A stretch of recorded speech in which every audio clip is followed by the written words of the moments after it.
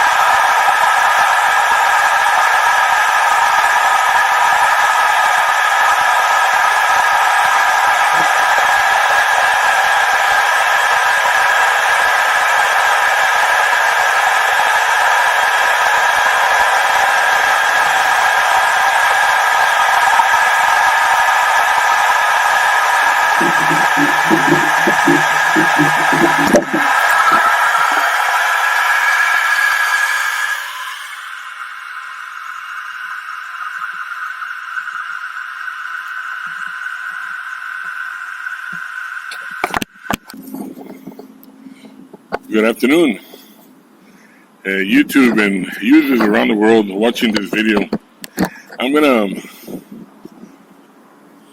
do a little bit of experimentation here, and since now we've been able to gain access to the swimming pool, I got a GoPro stand that I'm gonna use for the first time. I'm gonna use the Insta360 on a vertical diving case for the first time since I had ordered this. The coronavirus had invaded the world, and pretty much they ended up closing a lot of the swimming pools and health areas and stuff like that. So now I'm gonna install this and put it underwater to see if there's any water retraction the way they claim that it's not supposed to happen. So I'm gonna install this real quick, and battery should be charged on this. So I'm gonna turn this thing on.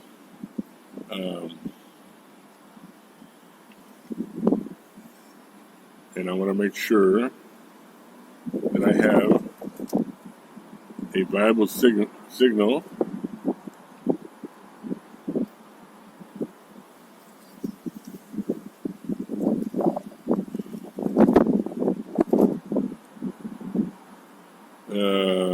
I do have a viable signal. I'm just not able to see myself.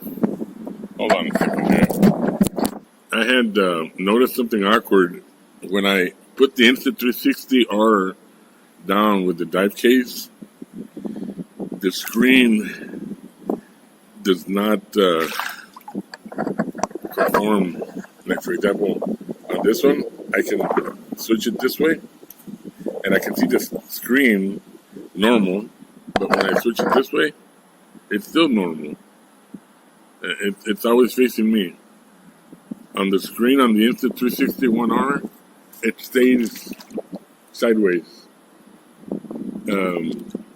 Nothing I can do to fix that. I don't know why.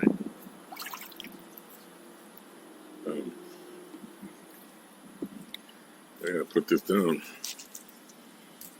But I didn't realize I had the mask with me. That's the only thing I see different about it. Other than that, I'm gonna go back in because I gotta head to work, pick up dinner on the way, and I'll see you guys on a later vlog.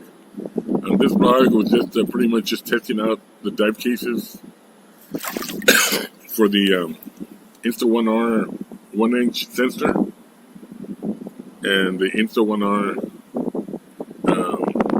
actual dive case that Insta360 has in their website, and also the aftermarket 360 case that I can't remember the name, but it's some strange name, but it's an aftermarket one. I think it's something like it's an aftermarket. I tried that one out also.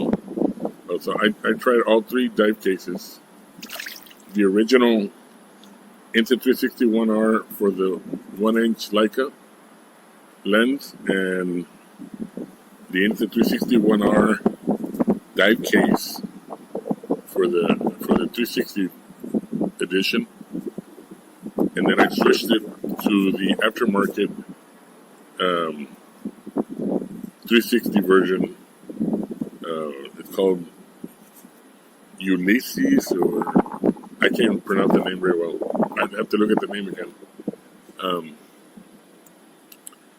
That's the only thing that I saw different is that the screen would not switch over. It stayed like sideways, which is no big deal because I think I can fix that under post editing. So for now, I'm going to go ahead and put everything away, and I'll see if maybe I can make one at work. For now, you all have a good day, and God bless.